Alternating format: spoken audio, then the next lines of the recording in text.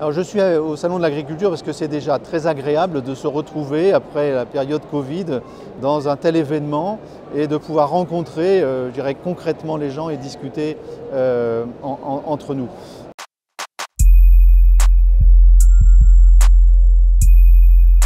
La question aujourd'hui du maillage vétérinaire est une question d'aménagement du territoire.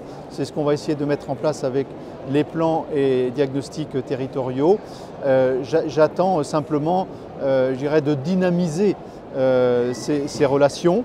Et aujourd'hui, ce qui me rend finalement heureux, c'est que l'appel à manifestation d'intérêt que nous avons lancé il y a pratiquement maintenant un mois et demi, nous donne des retours d'intérêt. Et j'espère bien pouvoir disposer de 20 entre 30 projets, parmi lesquels nous aurons à élire les 6 meilleurs pour les aider au titre de pilote.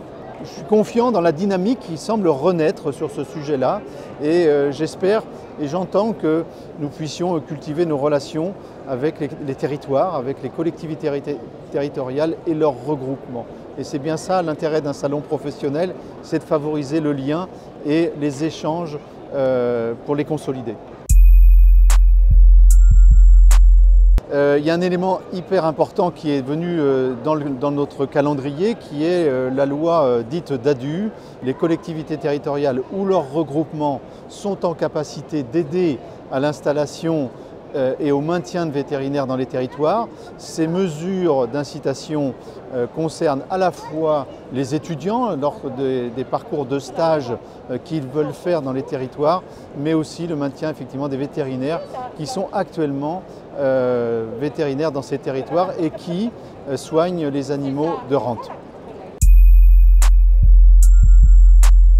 Alors, la question du maillage, elle sera immanquablement, elle va se heurter aux risques sanitaires que nous avons aujourd'hui et que nous pouvons subir dans les semaines à venir. Le risque influenza aviaire, on l'a eu l'année dernière, on l'a eu cette année.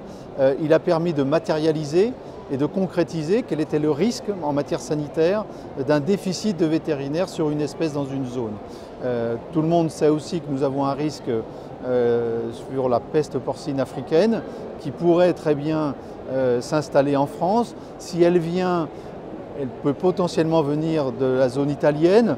Et donc aujourd'hui, la vraie question par exemple, c'est avons-nous suffisamment de vétérinaires en région PACA pour travailler sur la prévention, la biosécurité et pour éviter qu'il y ait une porte d'entrée PPA en France par cette zone-là.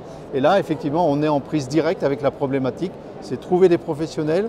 On en a, ils sont peut-être pas, ils sont plutôt dédiés aux animaux de compagnie et aux nouveaux animaux de compagnie, aux équidés, pas forcément dédiés aux animaux de rente. Alors comment cette présence vétérinaire, on peut la mobiliser sur un autre sujet que le sujet de base qu'ils font aujourd'hui et l'espèce qu'ils ont l'habitude de traiter. C'est un vrai sujet de retour finalement à une certaine forme de proximité en lien avec une urgence sanitaire. Et ça, je pense que c'est un sujet qu'il faut qu'on soit capable de traiter.